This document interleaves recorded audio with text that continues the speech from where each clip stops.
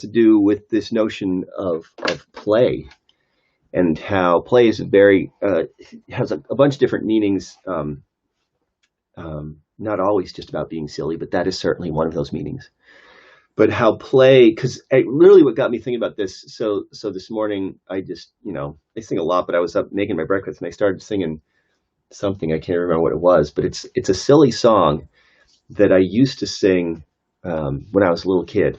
I've said this many times to other people. I've learned that my foundational knowledge about opera came from Bugs Bunny. And the reason why that was really useful for me is because it started out as a silly thing.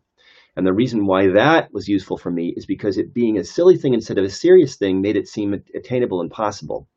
And so then all that kind of stuff, sort of the not really formally, not really formal knowledge of what singing opera required that I now have was made much more easy. And even the possibility that I might actually understand it came from the fact that I've been doing this fake opera thing since I was a little kid because of Bugs Bunny.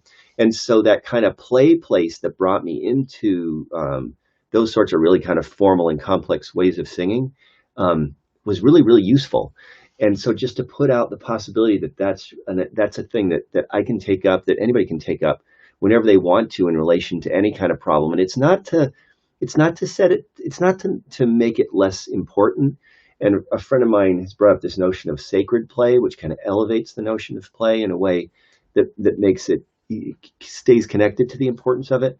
But just this notion that play is a way where we can move away from kind of the shoulda, coulda, wouldas and these kind of constrictions about what's possible into this territory where there's still sort of there's still kind of rules, but that like Gene Roddenberry used to say in a really cool way with science fiction is you set your rules and then you stick by those rules and you can do whatever you want in the context of those rules. And so, he's literally creating science fiction, which is about stuff that's like possible but not even real, the not yet known possible, for perhaps, which is narrative therapy code that you can look up. It's not really code or secret. It's kind of cool, but I'm not going to describe it here. But this idea of creating sort of a kind of a structure that creates things to bounce off of in the context of a play thing that create even more possibilities. And one of the really concrete experiences I've had of this, concrete, maybe not a great word, is jamming as a musician. Jamming is an amazing place